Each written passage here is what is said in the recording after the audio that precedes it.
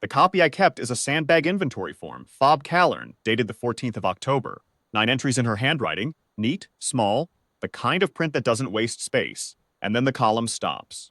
Whoever took the log from her after the convoy came back in that evening didn't ask her to finish it. Neither did I. I've had my copy for 6 years, and I still don't know what I'd write in the blank space after the 9th row. Her name was on the morning detail board. Convoy security, lead element, Dasa Bridge Road, 0630 departure. 11 names, and hers was the 7th.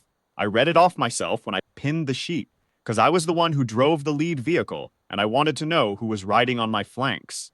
Gunnery Sergeant Farrow read it too. He came into the staging area at 0545 before the vehicles were warmed, and he stood in front of the element, 22 Marines plus 2 attached personnel, and he read the board, and then he turned and found her checking her optics kit beside the second truck. She had a rifle case open on the hood, and she was working through a pre-mount function check, deliberate and unhurried, the way a person does a thing they have done several thousand times. No wasted movement. No checking whether anyone was watching. Just the work, in order, each step given the attention it was owed. Farrow walked over and stood until she looked up. She gave him a second to speak first. When he didn't, she looked up. "What's your assignment?" he said. "Convoy security, Gunny, lead element, right flank." He looked at the rifle. He looked at her. He had been in the Corps 21 years, and he carried that weight, visibly, in the set of his jaw and the way he planted his boots. And he had never in those 21 years had reason to question his own read on a situation. "You're a gate sentry," he said, "not a shooter." She didn't say anything. "I've got 11 names on that board, and I need 11 people who've been in a shooting lane more than twice. You're not one of them." He held out his hand. "Give me the clipboard." She handed it to him. He walked to a fold-out table near the motor pool gate, wrote her name off the security detail, and wrote in a replacement. Then he walked back and gave her a different clipboard. A sandbag inventory form, rear checkpoint, 9 pages of numbered rows. "Count them," he said. "Every bag on the east berm. We need an accurate number before the next resupply." He said it in front of everyone. All 22. I was standing 6 feet away, next to the hood of my vehicle, and I watched it happen and I said nothing. I told myself it was not my place. I told myself Farrow knew his element. I told myself a lot of things in the 2 seconds it would have taken me to say something, and then the moment passed and I went back to checking my mirrors. She took the sandbag clipboard. She walked to the rear checkpoint without looking back. We rolled out at 0633. The Dasa Bridge Road is 11 kilometers of 2-lane hardpack cut between a limestone ridge on the north side and a dry riverbed on the south. There is no room to turn a vehicle. There is no room to spread into a defensive line. You drive it in column, slow, because the surface breaks up past the 4th kilometer, and you keep your eyes on the ridge because the ridge is the only place a threat can come from. That matters. The riverbed gives you nothing. Anyone who sets up in the riverbed is making a mistake they will regret. But the ridge is 60 meters of vertical limestone, and if someone owns the high ground up there before you get there, you are driving into a box. Knew all of this. He had driven the Dasa Road 14 times in 11 months. At kilometer 7, the column slowed for a surface break that had widened since the last run. The lead vehicle, mine, stopped. The column compressed.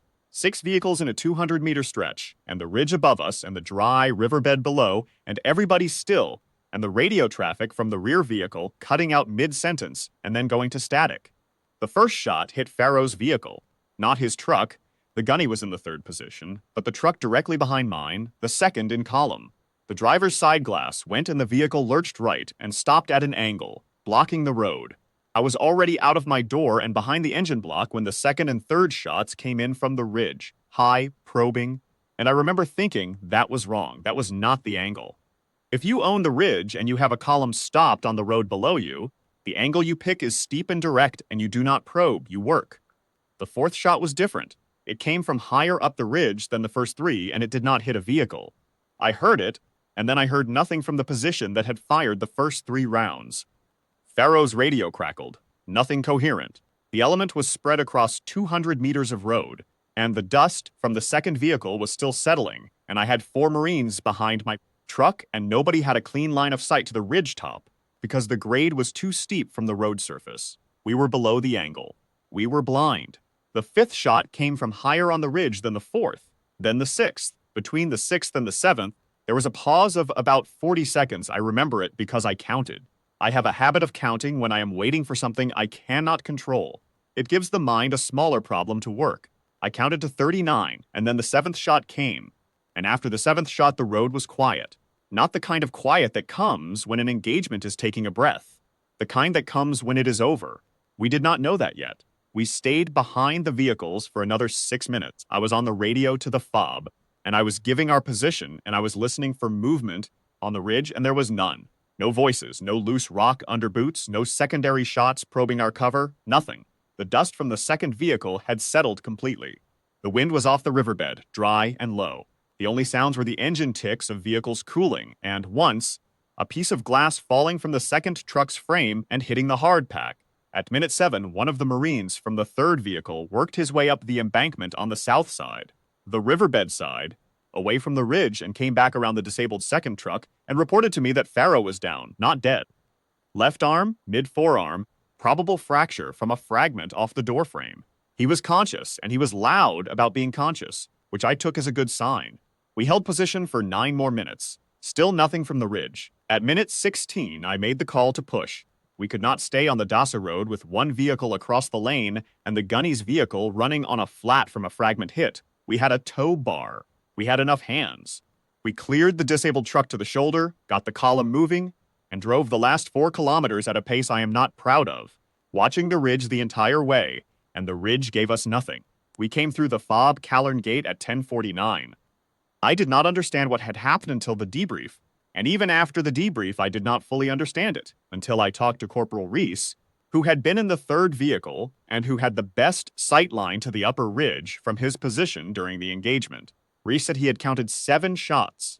He said they had come from 3 separate positions on the ridge, each higher than the last, over a span he estimated at 28 to 31 minutes.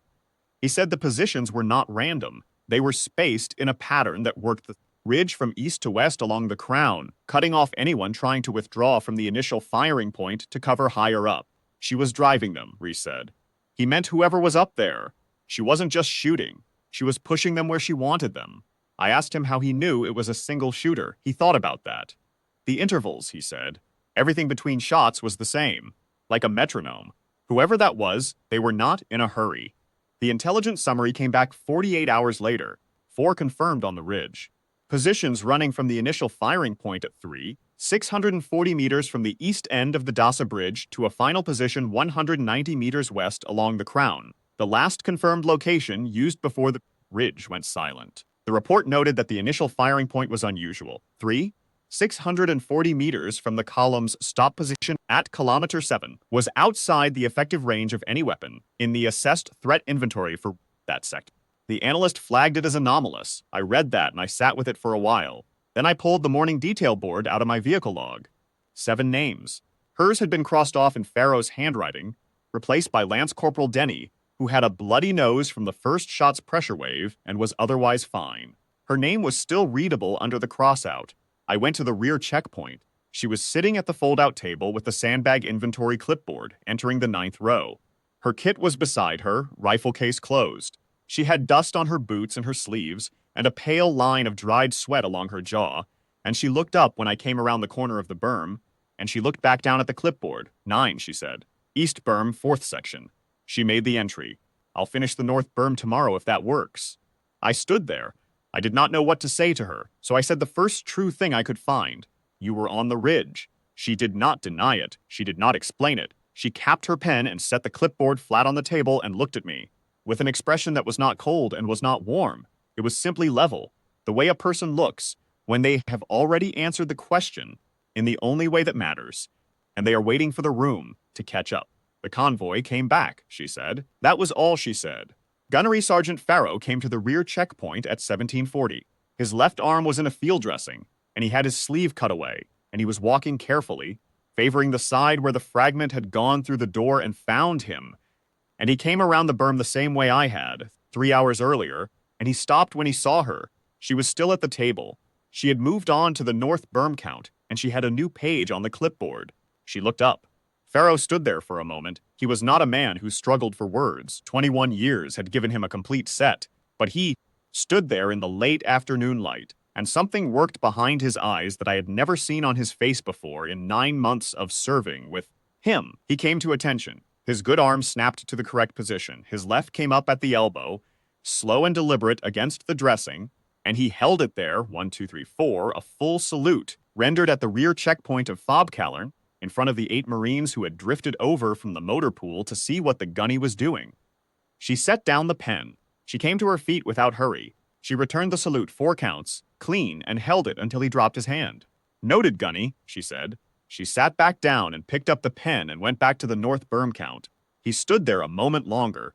Then he turned and walked back toward the motor pool, and the 8 Marines moved out of his way without being asked, and nobody said anything. I still have the sandbag form, the copy from the detail sheet, not hers. 9 entries, her handwriting, the column ending at row 9. No signature at the bottom, no total. The form doesn't tell you anything except that someone counted 9 sandbags in the 4th section of the East, berm on the 14th of October, and then stopped. I've thought about why she stopped at 9.